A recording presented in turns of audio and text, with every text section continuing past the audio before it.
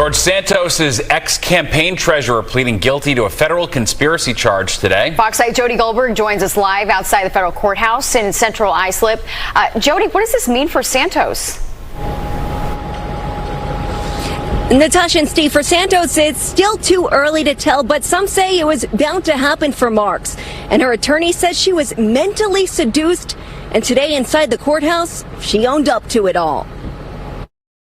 Embattled Congressman George Santos' ex-campaign treasurer Nancy Marks walked out of federal court without stopping. This after the 58-year-old pleaded guilty to conspiracy to defraud the United States while working on Santos' campaign. Her attorney says she's a good person who just got caught up with a manipulator. She meets him, and with lies and manipulations, playing on her weaknesses, she had to admit to these crimes today. Marks, who built a business as a treasurer and consultant to dozens of local, state, and federal candidates over the past decade, resigned as campaign treasurer back in January. She's been at the center of growing questions surrounding Santos' campaign finances and fundraising.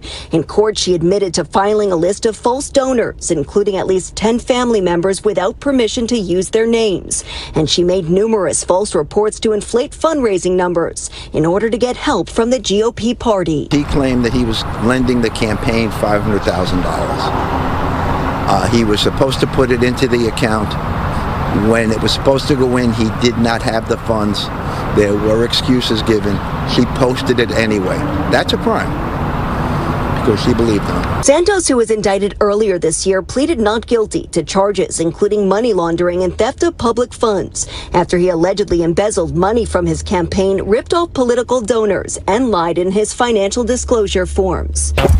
Santos' attorney Joe Murray, who is in court for the guilty plea, left without commenting. Santos has been indicted. Saurav Ghosh with Campaign Legal Center says Marks' move to plead guilty helps the government's case to hold Santos accountable. The Justice Department already had enough evidence to proceed with that indictment. So in that situation, with the walls closing in, I think it's a kind of a rational decision. Now, Marks' attorney says she'll do the right thing if she's subpoenaed. As for Santos, he's due back in court for his case this month. We reached out to him. He says he has no comment. Marks was released on a $100,000 bond, and she's scheduled to be sentenced on April 12th. That's the latest outside of federal court in Central Islip. Jody Goldberg.